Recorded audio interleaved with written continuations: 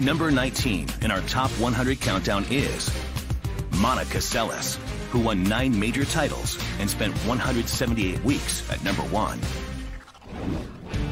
I first saw her when she was about 15. She had little legs like matchsticks, and she looked so frail and small, and yet she hit the ball even at that age like a ton, and she was an amazing player. Went down the Orange Bowl, and I asked where this young girl was playing. And as I walked along the forecourts, I heard, "Ee! Ee!" And I looked down underneath the fence. I saw a pair of legs this thin and a big Prince racket. Went around. I saw this little girl playing on the baseline, 2 hands. I started playing 2 hands on both sides because I was very small and skinny. In those days, there were no kid-size rackets. So really, it just came out that that was the only way I could hold a racket. All of a sudden, Monica Seles comes along, stands very close to the baseline, and huge off of both wings with the 2 hands. Monica Seles, I think, showed us that it's not a very complicated game. If you hit the ball hard enough, deep enough, close enough to the line, you're going to win a lot of tennis matches. And Monica did that with unbelievable consistency and success. Really the first player to be so aggressive with the return, inside the baseline, looking to attack from the moment her opponent would hit a second serve, and being so accurate at the same time.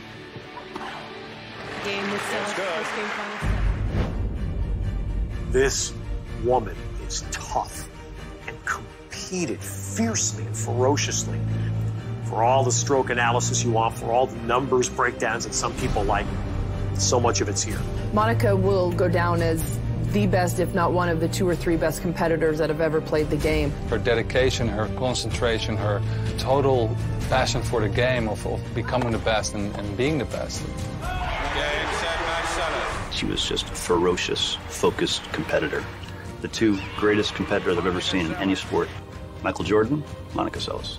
She was fearless. She would just come up, one of the first big hitters of the game, and really the first player to ever challenge Steffi. I think Stephanie and I always played every single match was unbelievable because we both were such fighters and we both didn't give an inch.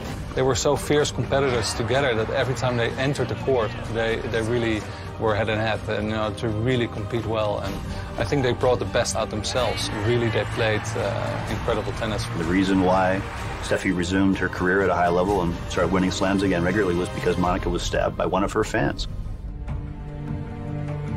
I mean, Monica Seles was on a roll. She was on a tear when Gunter Parch stabbed her in the back, and he unfortunately got exactly what he wanted, was for Steffi Graf to get back to the top of the game.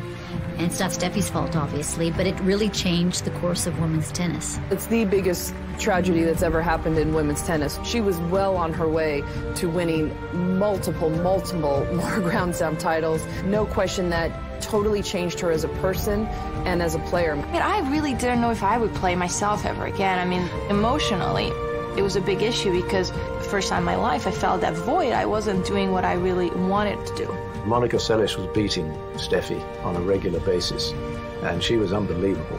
And if that guy hadn't stabbed her, the record books would really look different.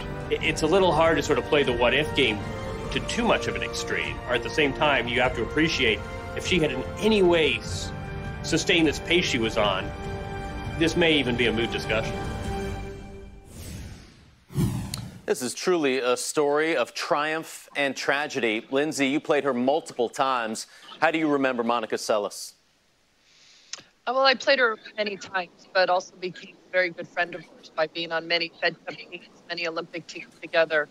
And I was blown away by just who she was when she was playing as a person.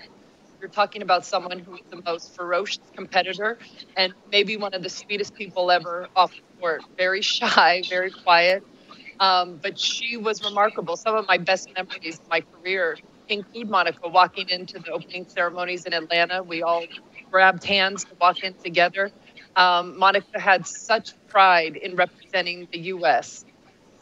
For me, it's triumph, tragedy, but it's triumph again. She was able to win the Australian Open after being stabbed. It was so hard for her to come back mentally. She also lost her father during that time, who was her main coach. And she went through so much to be able to get back out on the tour.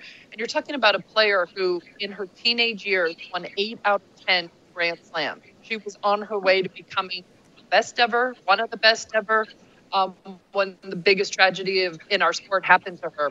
So I always like to look at it like she was able to come back, still win a Grand Slam, and really sad about the what ifs.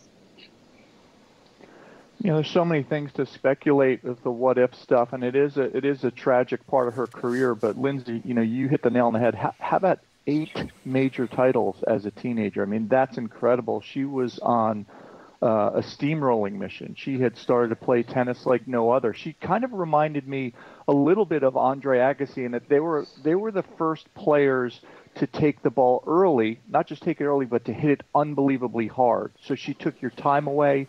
She was relentless from the back of the court. One of my favorite things about Monica is that she really epitomized a great kind of cliche, which is the unconditional competitor. You know, she never gave you 1 point. So when the on-court attack happened, it was tragic. It really was heartbreaking in so many ways because I think she was on her way to rewriting a lot of the record books. But as you said, Lindsay, I'm kind of the same way. I like to think of the success of winning another major after that. And I think that is a great sign, a tremendous talent, and all of the what-ifs we can continue to talk about, but just a big salute for everything that she achieved and for who she is. Yeah, that story definitely ended in triumph, like Lindsay and Paul said. Prakash, there was a 23-month span where she got to the final 33 times in 34 tournaments entered. I mean, put that in, over 2 years, she entered 34 tournaments, only didn't get to the final 1 time. At her peak, could you argue, Prakash, that she was the most dominant woman we have ever seen? You absolutely could. I as Lindsay and Paul said, we all wish there was a longer time span that we could have seen and appreciated her play. I think the biggest factor is the fact that she came back and won that 96 Australian Open. And I do think we need to, be able to focus on that, because when you look at the dominance she had during her teenage years, winning all of those Grand Slams and not really being threatened to a large degree. I mean, Steve, that kind of record, reaching those kind of finals and being so dominant, I don't think we'll see it in men or women. We've seen it a little bit maybe on one surface from maybe a Rafa on clay, but to attack the game the way she did, she was really a game changer. Not too many years after that, you saw increased power come on the tour with Venus and Serena, but she was really the first of her kind. And to top it all, what a magnificent person she was. It's tough to not talk about her when you talk about the greatest of all time. Monica Seles inducted into the International Tennis Hall of Fame, class of 2009. The countdown continues after a short break here on Tennis Channel Live.